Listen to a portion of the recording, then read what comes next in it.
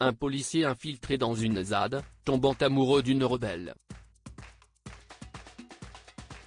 Voilà, en quelques mots, le synopsis d'une zone à défendre, le nouveau film avec François Civil disponible sur Disney+ depuis le 7 juillet dernier.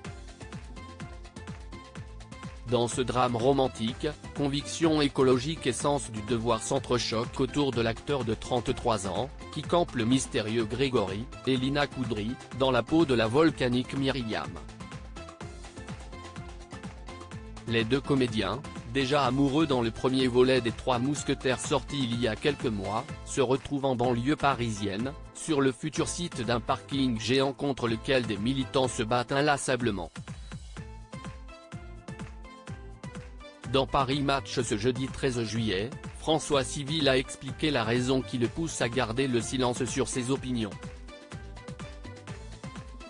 Je me refuse à prendre la parole sur des sujets politiques, mais mes choix parlent pour moi, déclare-t-il notamment. Ces films sont beaucoup plus intelligents que ce que je pourrais dire. Même si, comme des gens de ma génération, j'ai l'impression de faire trop de concessions, sur l'écologie, le bien commun ou l'égalité, admet-il. Comme ses expériences précédentes, ce nouveau film semble avoir permis à l'acteur de découvrir une nouvelle facette de la lutte écologiste. J'étais ravi de la proposition de Romain Cogitore, le réalisateur, note de la rédaction. Car ce film permet de changer la vision que l'on peut avoir des ZAD, loin de la violence que l'on voit sur les chaînes d'infos, insiste François Civil dans l'hebdomadaire. Ce sont aussi des lieux de partage, où l'on réfléchit à l'ordre établi. Si est indispensable d'avoir un autre regard. J'aime aussi les films qui nagent à contre-courant des idées reçues, poursuit-il.